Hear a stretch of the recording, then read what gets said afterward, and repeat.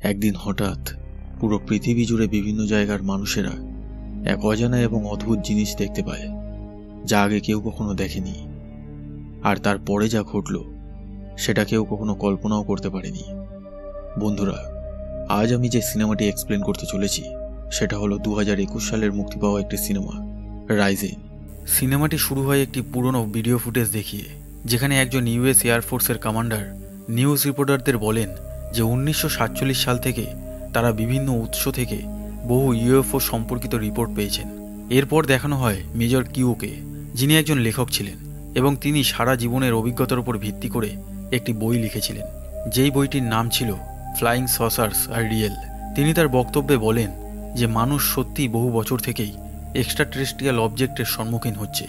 এরপর তিনি একটি পাইলটের অভিজ্ঞতার কথা শেয়ার করেন, যিনি মাঝ আকাশে 500 মাইল প্রতি ঘন্টা গতিতে চলা একটি শক্তিশালী অজানা বস্তু দেখেছিলেন। এরপর গল্প বর্তমান সময়ে চলে আসে, যেখানে একদিন সন্ধেবেলা একটি বাড়িতে মা, বাবা এবং তার 2 মেয়ে ডিনারের জন্য একসঙ্গে বসে। খাবার শুরু করার আগে সবাই যখন প্রার্থনা পড়তে শুরু করে, ঠিক তখনই পরিবারের সবাই এক অদ্ভুত ধরনের কম্পন অনুভব করে। ঘরে সবকিছু হঠাৎ করে কাঁপতে শুরু করে, যেন ভূমিকম্প হচ্ছে। আর তারপরেই একটা বিস্ফোরণ ঘটে, যা পুরো বাড়িটিকে অন্ধকারে ঢেকে দেয়। বিস্ফোরণের পর পরিবারের সবাই যখন একটু হলেও সজাগ হয়ে ওঠে, তখন অন্ধকারে ঘরটা যেন ভয়ঙ্কর এক শূন্যতায় ডুবে গেছে। বাবা মা দ্রুত তার সন্তানদের খুঁজতে শুরু করে। হঠাৎ জানালা দিয়ে বাইরে তাকিয়ে বড় মেয়ে বলে ওঠে, এটা কি সন্ত্রাসী হামলা হতে পারে? কিন্তু তার বাবা তা অস্বীকার করে বলে যে না, এটা কিছু অন্যরকম। জানালা থেকে দূরে সরে যাও, বায়ু খুব বিপজ্জনকভাবে দূষিত হয়ে গেছে, আমাদের নিরাপদে থাকতে হবে। এমন সময় বড় মেয়ে হঠাৎ করে কাশতে শুরু করে এবং তার মুখ থেকে রক্ত ঝরতে থাকে। তার গলা দিয়ে শ্বাস নিতে কষ্ট হয়। কয়েক মুহূর্তের মধ্যে তার শরীর অসাড় হয়ে যায় আর সে মারা যায়। পরিবারের সবাই স্তব্ধ হয়ে যায় আর হতভম্ব হয়ে তাকিয়ে থাকে। তারপর কিছু সময় পর বাবাও মারা যায়। মা আতঙ্কিত হয়ে ছোট মেয়েকে দৌড়ে পালিয়ে যেতে বলে, কিন্তু কয়েক মিনিটের মধ্যে সেও নিজের স্বামী এবং বড় মেয়ের মতন মারা যায়। ছোট মেয়েটি যে ভয়ে আলমারিতে লুকিয়ে পড়ে, সে তার পরিবারের থেকে জাস্ট কিছু মুহূর্তের জন্য বেশিক্ষণ বেঁচে থাকে। এর পরের দৃশ্যে আমরা একটি মেয়েকে দেখতে পাই, যার নাম ছিল লরেন, আর সে ছিল একজন সায়েন্টিস্ট। লরেন টিভিতে নিউজ দেখছিল।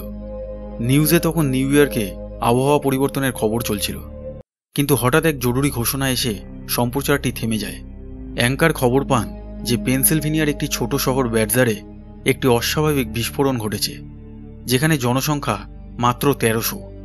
বিস্ফোরণের কারণ এবং ঠিক কতজনের মৃত্যু হয়েছে তা এখনও জানা যায়নি। পেন্টাগন এই ব্যাপারটা নিয়ে তদন্ত করছে এবং তারা জানার চেষ্টা করছে যে এটা কি সন্ত্রাসী হামলা ছিল নাকি কোনো প্রাকৃতিক বিপর্যয়। তাদের রিপোর্টার সামান্থা ইতিমধ্যেই ঘটনাস্থলে পৌঁছে গিয়েছিল। সে জানায় শহরে সবাই মারা গেছে, কেউ আর বেঁচে নেই, কাউকে শহরে ঢুকতে দেওয়া হচ্ছে না এবং সেখানকার বাতাসে এক অদ্ভুত দূষিত গ্যাস ছড়িয়ে বিষাক্ত হয়ে গেছে। লরেন নিউজই দেখছিল, ঠিক সেই সময় সে শুনতে পায় যে তার দরজায় কেউ নক করছে। লরেন দরজা খুললে সে দেখতে পায় যে ইউএস আর্মির কিছু অফিসাররা দাঁড়িয়ে আছে আর তারা তাকে তাড়াতাড়ি করে তাদের সঙ্গে যেতে অনুরোধ করছে। ইউএস আর্মিরা বলে যে লরেন একজন বিখ্যাত বিজ্ঞানী, তাই সরকার তাকে ডেকেছে এই শহরে ঘটে যাওয়া বিস্ফোরণের তদন্ত করতে। ব্যাডজারে ঘটে যাওয়া বিস্ফোরণ জাতীয় নিরাপত্তার জন্য বড় ধরনের উদ্বেগের বিষয় হয়ে উঠেছে এবং এই পরিস্থিতি সামলাতে তাদের ডক্টর লরেনের বিশেষজ্ঞতার প্রয়োজন। লরেন তাদের সাথে যাওয়ার জন্য রাজি হয়ে যায়। এরপর সেনাবাহিনীর সঙ্গে ঘাঁটিতে পৌঁছানোর পর লরেনের দেখা হয় কর্নেল রজার এমরিকের সঙ্গে। কর্নেল তাকে পরিচয় করিয়ে দেন অধ্যাপক ডেভিড সান্টিয়াগোর সঙ্গে, যিনি একজন প্রখ্যাত অ্যাস্ট্রোবায়োলজিস্ট ছিলেন।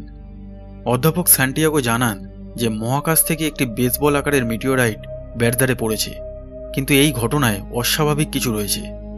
সাধারণ মিটিওরাইট থেকে এমন বিষাক্ত গ্যাস নির্গত হওয়া সম্ভব নয়, যা শহরের সব বাসিন্দার মৃত্যুর কারণ হয়েছে। বিজ্ঞানীরা এমন কিছু আগে কখনো দেখেননি। কর্নেল চাইছিলেন লরেন এবং সান্টিয়াগো মিলে ঘটনাস্থলের গভীর তদন্ত করুক। এরপর ঘটনাস্থলে যাওয়ার আগে প্রস্তুতির সময় কর্নেল লরেনকে সতর্ক করেন যে তার মনে হয় যে এখানে ভিনগ্রহী কোনো বিষয় জড়িয়ে থাকতে পারে। কর্নেল এটাও বলে যে সে জানে যে লরেন এলিয়েন লাইফের ধারণায় বিশ্বাসী এবং এই বিষয়ে সে গবেষণাও করেছে ও বইও লিখেছে। এরপরে লরেন এবং সান্টিয়াগো একসঙ্গে সেফটি স্যুট পরে একটি গাড়ি নিয়ে ঘটনাস্থলে রওনা হয়। পথে সান্টিয়াগো বলে যে সে লরেনের লেখা বই পড়েছে আর কথা বলতে বলতে সে তার 2 ছেলের ছবি লরেনকে দেখায়। তবে লরেন তার চিন্তায় এতটাই মগ্ন থাকে যে সে কোনো প্রতিক্রিয়াই করে না। এরপর দুজনেই গাড়ি করে সেই সাইটে এসে পৌঁছায় যেখানে সেই উল্কাপিণ্ডটি পড়েছিল, কিন্তু এখন সেখানে কোনো উল্কাপিণ্ড ছিল না। সান্টিয়াগো এটি দেখে ভীষণ অবাক হয়। সে বলে যে কিভাবে এটি নিজে নিজে অদৃশ্য হয়ে গেল। সাইটটি পরীক্ষা করার পর সান্টিয়াগো হতাশ হয়ে বলে যে এখানে কিছুই গুরুত্বপূর্ণ নেই। লরেন এরপর গর্তটির ছবি তোলার সিদ্ধান্ত নেয়। ছবি তুলতে গিয়ে লরেনের নজরে আসে যে একটি ছোট লাল রঙের অদ্ভুত গাছ সেখানে জন্মাচ্ছে। লরেনকে এক অদ্ভুত এবং অস্বাভাবিক কারণে সেই গাছের প্রতি আকর্ষিত হতে দেখা যায়। সে গাছটিকে মনোযোগ দিয়ে পর্যবেক্ষণ করতে করতে সে ধীরে ধীরে তার পাশে শুয়ে পড়ে এবং স্নেহ ভরে গাছটিকে স্পর্শ করে। সেই রাতেই বাড়ি ফিরে এসে সে আবার সেই গাছটির ছবি দেখতে থাকে। তখন সেই সময় তার মনে হয় যে এরকম কোনো অদ্ভুত ঘটনা সম্পর্কে ইন্টারনেটে খুঁজে দেখা উচিত। তাই সে অনলাইনে সেই গাছটি সম্পর্কে খোঁজ করতে শুরু করে। সার্চ করতে গিয়ে তার চোখে পড়ে রাশিয়ার চেলিয়াবিন্সকে ঘটে যাওয়া একটি ভয়ঙ্কর ঘটনার রিপোর্ট। একটি সাক্ষাৎকারে একজন মহিলা বর্ণনা করে যে কিভাবে একটি উল্কাপিণ্ড চেলিয়াবিন্সকে শহরের উপর পড়ে। এর ফলে বাতাসে বিষাক্ত কণা মিশে যাওয়ার কারণে লকডাউন ঘোষণা করা হয় এবং অনেক মানুষের প্রাণহানিও ঘটে। আর সেখানেও ঠিক একই রকম একটি গাছ পাওয়া গিয়েছিল, কিন্তু সেটিকে নষ্ট করে দেওয়া হয়েছিল। রাশিয়ার সেই শহরের বাসিন্দাদের মধ্যে একটি গুজব ছড়িয়ে যায় যে ওই উল্কাপিণ্ডের প্রভাবে একটি রহস্যময় বীজ জন্মায় যা একটি গাছে রূপান্তরিত হয়। সেই গাছের কাছাকাছি থাকা প্রাণীরা একে একে মারা যেতে থাকে। শেষমেশ গাছটিকে কেটে ফেলা হয় আর পরে সেই শহরটিকে সম্পূর্ণভাবে সিল করে দেওয়া হয়। এই তথ্য শুনে শিউরে উঠে লরেন গুগলে ওই মহিলাটির নাম খোঁজে এবং জানতে পারে যে তাকে রাশিয়ানদের দ্বারা তার সন্তানদের সামনে নির্মমভাবে গুলি করে হত্যা করা হয়েছিল। অর্থাৎ এখন তিনি আর জীবিত নেই।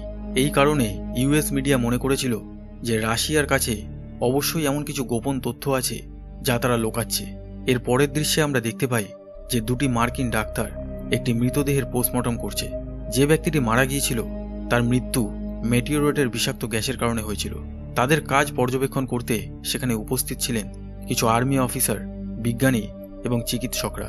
প্রাথমিক পরীক্ষার সময় ডাক্তাররা লক্ষ্য করে যে মৃতদেহের ত্বক একেবারে স্বাভাবিক এবং সেখানে রিগার মর্টিসের কোনো চিহ্ন নেই। রিগার মর্টিস হলো মৃত্যুর পর দেহের পেশিগুলি শক্ত ও কঠোর হয়ে যাওয়ার একটি প্রাকৃতিক প্রক্রিয়া।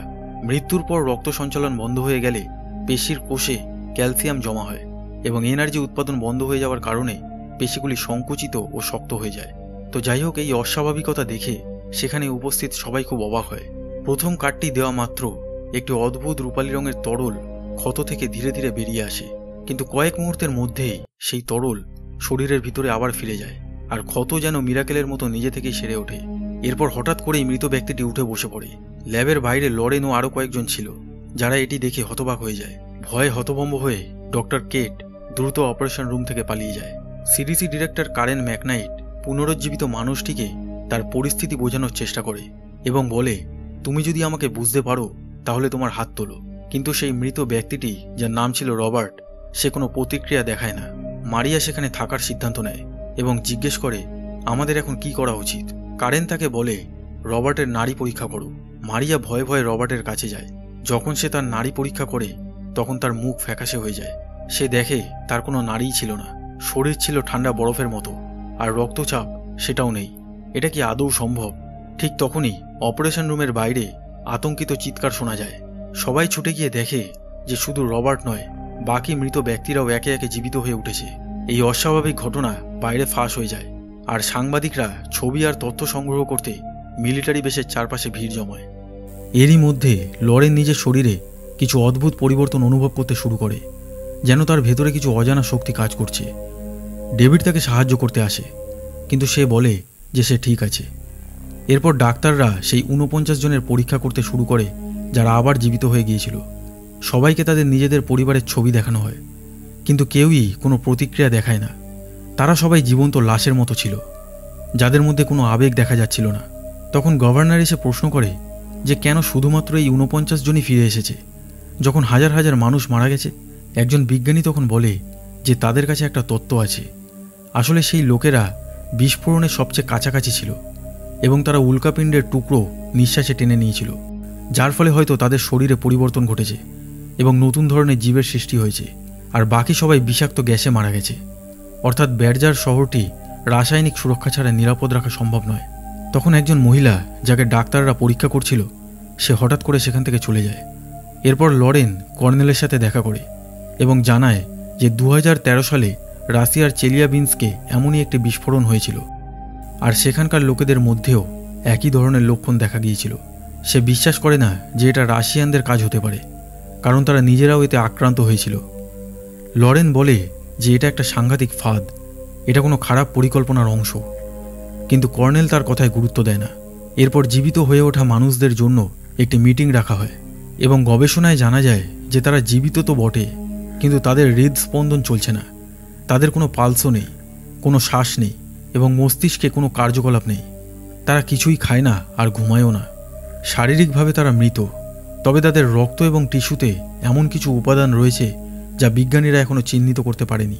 এমনকি তাদের ডিএনএতেও পরিবর্তন ঘটছে, যার ফলে কিছু মানুষ দাবি করে যে তাদেরকে মেরে ফেলা হোক যাতে বাকি মানুষরা তাদের থেকে সুরক্ষিত থাকতে পারে। লরেনও এই মিটিংয়ে ছিল এবং সে রাশিয়াতে ঘটে যাওয়া পুরো ঘটনার কথা সবাইকে জানায়, যা একদম একই রকম ছিল। সে সবাইকে বলে যে আমাদের পরিস্থিতির জন্য প্রস্তুত থাকতে হবে। তার ধারণা রাশিয়ান গভর্নমেন্ট কোনো গুরুত্বপূর্ণ তথ্য আড়াল করছে। এর পরের দৃশ্যে আমরা দেখতে পাই যে একটি প্রেস কনফারেন্সে লরেন বোঝাচ্ছিল যে যেমন পৃথিবীর বেশিরভাগ গাছপালা অক্সিজেন তৈরি করে, সেই রকম এই বিশেষ গাছটিও এমন একটি গ্যাস তৈরি করে যা তাদের এই অদ্ভুত পরিবেশে বেঁচে থাকতে সাহায্য করে। সাংবাদিকরা বিস্মিত হয়ে প্রশ্ন করে যে অন্য গ্রহ থেকে এলিয়েনরা পৃথিবীতে কিভাবে পৌঁছালো। লরেন তখন আলোচনা শুরু করে পৃথিবী থেকে 1000 মাইল দূরে অবস্থিত ওয়ার্মহোল সম্পর্কে। লরেনের সাক্ষাৎকারটি টেলিভিশনে সরাসরি সম্প্রচারিত হচ্ছিল। এই ইন্টারভিউ শেষ হওয়ার পর লরেন যখন তার ঘরেই ছিল, তখন হঠাৎ তার অ্যাপার্টমেন্টের দরজায় কেউ নক করে। দরজা খুলতেই সে তার বাবাকে দেখতে পায়। তাকে দেখে সে খুব একটা খুশি হয় না, তবে বাবাকে ভিতরে আসতে দেয়। তার বাবা ঘরে ঢুকে টেলিস্কোপের দিকে তাকায়। হঠাৎ তার মনে পড়ে যায় লরেন একবার তার 8ম জন্মদিনে একটি ল্যাবরেটরি চেয়েছিল, আর 4 বছরের একটা বাচ্চা মেয়ের এরকম অদ্ভুত উপহার চাওয়ায় তার বাবা মা খুবই অবাক হয়েছিল, কিন্তু তবুও তার ইচ্ছা পূরণ করেছিল। তবে এর পর থেকে তার বিজ্ঞান ও স্পেস নিয়ে নানান ধরনের এক্সপেরিমেন্টের প্রতি আগ্রহ এমন মাত্রায় পৌঁছে যায় যে তার নিয়ন্ত্রণের বাইরে চলে যায়, যা তার মাকে দুশ্চিন্তায় ফেলে দিয়েছিল। বাবার কথা একদম উপেক্ষা করে সে সোজাসুজি জিজ্ঞাসা করে, আপনি কেমন আছেন? তার বাবা মুচকি হেসে বলে, এই বয়সে আর নতুন কি হতে পারে। তিনি আফসোসের সুরে বলেন যে তিনি লরেনকে খুব মিস করে। এরপর যখন তিনি লরেনের দিকে একটু এগিয়ে আসে, তখন লরেন একটু পিছিয়ে যায়। এরপর লরেনের বাবা একটা দীর্ঘশ্বাস ফেলে আর সেখান থেকে চলে যায়। পরের দিন কর্নেল লরেনকে জানায় যে সেই এলিয়েন শুধুমাত্র লরেনের সঙ্গে একান্তে কথা বলতে চায় এবং তাকে এখনই সেখানে যেতে হবে।